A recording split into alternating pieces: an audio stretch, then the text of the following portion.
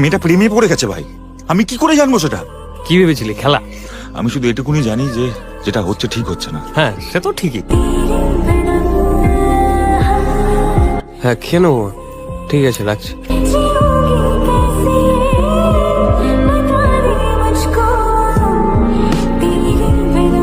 অরিন্দম কোথায়? ফোন ধরছে না কেন? কল হিম নাও। কি গো, অরিন্দম, কেমন আছে এখন? টেনশন করো না মা, ঠিক আছে, কাল থেকে কেমো শুরু করবে। কথা বলে না।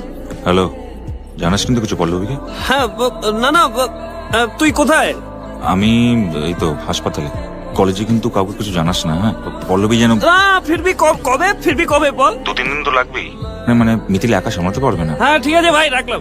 মিথিলাকে রিলেটিভ হবে কেউ আর কি। তোমরা ছেলেরা কি ভাবো বলো তো? মেয়েরা কিছুই বোঝে না।